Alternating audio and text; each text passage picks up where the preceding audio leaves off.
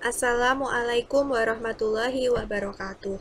Perkenalkan, nama saya Farida Nurstiati dengan NPM 19 10 30 30 23 dari kelas IPA 1. Pada kesempatan kali ini, saya akan memaparkan tentang rancangan alat peraga listrik statis dan gejalanya dalam kehidupan sehari-hari. Tugas ini disusun untuk memenuhi mata kuliah Media dan Alat Peraga IPA yang diampu oleh Bapak Eko Julianto, SPD, MPD.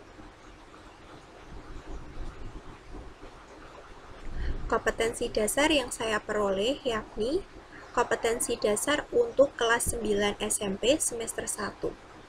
Untuk KD 3.4 menjelaskan konsep listrik statis dan gejalanya dalam kehidupan sehari-hari, termasuk kelistrikan pada sistem saraf dan hewan yang mengandung listrik. Untuk KD 4.4 yakni menyajikan hasil pengamatan tentang gejala listrik statis dalam kehidupan sehari-hari. Berdasarkan analisis kompetensi dasar yang telah saya lakukan, maka permasalahan yang mungkin dihadapi oleh peserta didik yakni sebagai berikut. Yang pertama, peserta didik memiliki pemahaman yang beragam terhadap materi listrik statis karena materi tersebut bersifat abstrak. Kemudian, permasalahan yang kedua, peserta didik diharapkan mampu mengintegrasikan materi listrik statis dan gejalanya dalam kehidupan sehari-hari berdasarkan kajian fisika, biologi, dan kimia. Sesuai dengan permasalahan yang dihadapi oleh peserta didik, maka dibutuhkan suatu analisis kebutuhan. Berikut ini analisis kebutuhan yang saya lakukan. Yang pertama, peserta didik membutuhkan alat peraga yang bersifat konkret sehingga materi listrik statis dan gejalanya dalam kehidupan sehari-hari dapat diterima secara mudah. Kemudian yang kedua, peserta didik membutuhkan alat peraga yang mampu mengintegrasikan materi listrik statis dan gejalanya dalam kehidupan sehari-hari ditinjau dari kajian fisika, biologi, dan kimia.